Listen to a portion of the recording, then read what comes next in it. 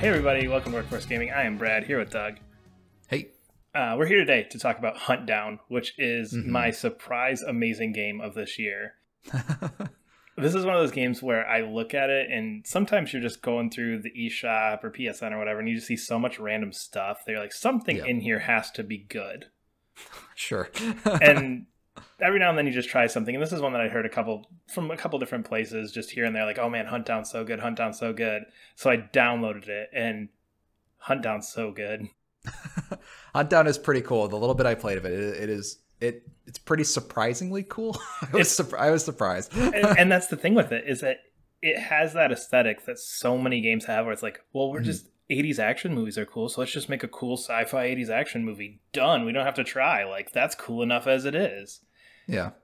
And I still to this point can't quite figure out exactly what Hunt Down's special thing is where it makes it fit in this, where it's like it took that thing that so many other of these like indie side-scrolling 2D games are doing. Yeah. And it just does it so perfectly. That attitude, that feeling, that tone, everything is there. It's got so many spots where it's like, this could have gotten so corny. This could have gone so far away from what they're going to. But it just, I feel like it has that perfect balance of this is fun, goofy, corny 80s action, but still just really, really good. I feel like there's like a certain level of execution to the game. At least, I mean, from my perspective, was the presentation. Like even outside the gameplay, just the presentation. Like when you're expecting like 2D sprite-based action game, like this game looks insane. And the presentation of like having cutscenes between like for every single like side boss and having like a cool like little, I don't know, like a, before you go on the mission, they have like a sort of like, this is what your mission is. And you can read up like little profiles on all the sub bosses and stuff. And they have this like very cool UI. It's just like, this game doesn't need it. And you think about other games that do have that sort of 80s aesthetic. It's sort of this tongue in cheek of what you're saying. It's like, oh, we can be silly with this. It's like, let's actually do this sincerely. like we can be silly, but let's do this sincerely and really, really push it and see what we can do with it. And I think that serious tone, that serious feeling, like this is what makes those things feel more genuine.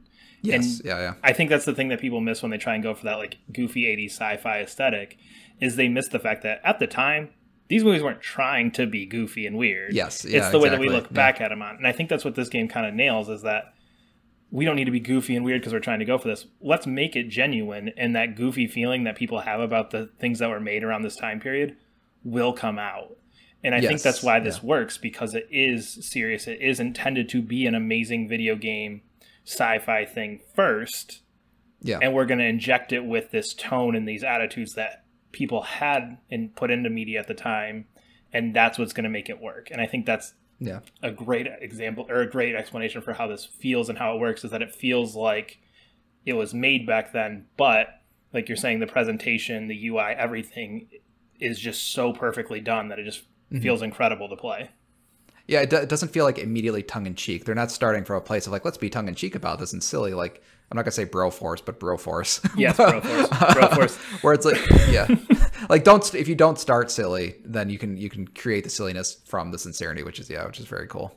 And again, like the silly comes from like the just fun things. Like the second gang you fight. So basically the premise is there's, oh man, I'm struggling if it's 4 or 5. I think it's 4. Gangs of people that you fight as you go along the way, and you fight, like you said, like I think it's normally 5 mini bosses and then like your main boss.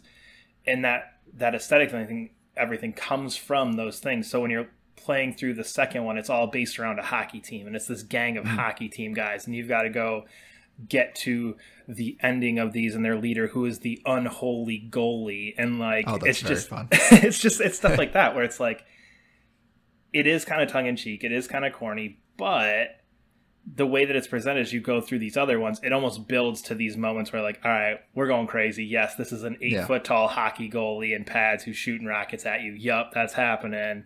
And there's going to be lots of fun hockey puns along the way, but it's never fully embracing in that. And just those bosses are so much fun. And they all have like weird little unique things that happen. There's one that flies on a jetpack. There's the giant hockey one. There's one that turns into a big old snake. Like all this weird, crazy stuff happens that's unexpected, and it just feels so good. My personal favorite one is you got to go, and again, mild spoilers for like a boss, but one of the like 20. But he sits in like this glass case above there, and he's like the accountant for this gang. And he's like just fun, sending turrets at you, and then finally he's just sitting there like on the phone like, no, I got him, like don't worry, let's check the numbers, and he's just like having this like accounting conversation while you're like down below him fighting all this stuff before he jumps down to fight. So great. Yeah, no, that is, man, that's so cool. I guess the question to you, because when I was playing, I was like, this game is pretty hard, and I'm generally okay with hard games, but how do you feel about the difficulty? And it was tough, and I think again, this is another point that I think works really well, is I'm fine with hard games if they're fair. I don't like a game that's tough and just feels like it's tough to be tough. The checkpoints in this are flawless. They are exactly where they need to be every single time. They're almost the entire game, start to finish, are at that point where like, shit, I'm not going to make it, I'm not going to make it, I'm not going to make it, oop, didn't make it, shit, I'm not going to make it, oh, thank God I made it. And you almost every time you hit those checkpoints, almost every time in every level, you have that relief of just like, oh, okay, I did get to it. Yeah, and I did like that the checkpoints completely refill your health, which I thought was like really cool. Like, which is, I would say most checkpoints don't necessarily do that, but just complete refill of health. Like, oh, that's kind of cool. So like you start at the same, and that's why I felt when I was playing, I was like, I felt like this is like really, really well thought out, because it's like they know the player's starting with 100% health every time, so they can tune every battle knowing that the player just had 100% health beforehand.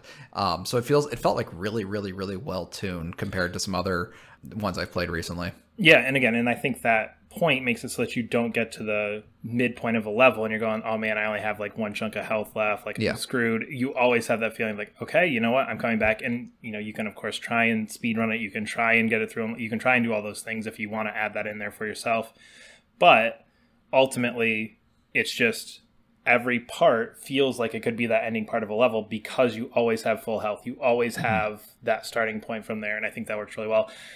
Just gameplay as well. It's so tight, like you said. Yeah. The guns are awesome. There's maybe 10, 15 guns in this, but they all feel just different enough and have just enough different strategy of this one you've got to charge, this one fires 3 shots, this one fires 1 shot, this one does this much damage, this one has this much ammo. They all feel just perfectly different, just slightly different enough that it makes it work really well. You can sit back and you can take cover, which I don't think you see in too many of these games, where you can actually hide behind things. But at the same time, just running through guns blazing works pretty well most of the time. And you can kind of bounce back and forth and play it either way, depending on how you want to play it. And it works well either way.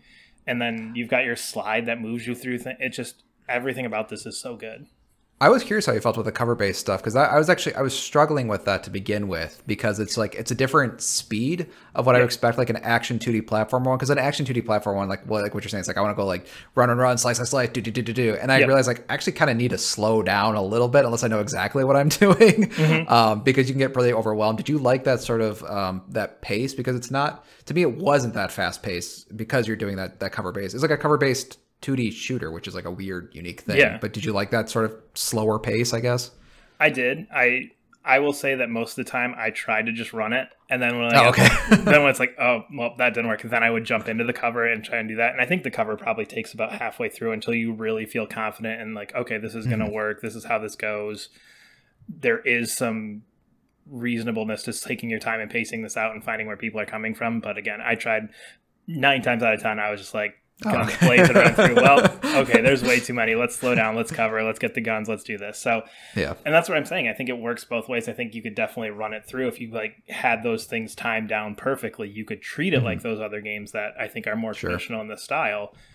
But at the same time, you can slow down, take your time, use that cover, and it works really well. So, I loved it. I think this is like a fantastic example of what this genre can be, what this tone should be. And it's one of those rare games where it's like, I think it nailed everything it needed to nail.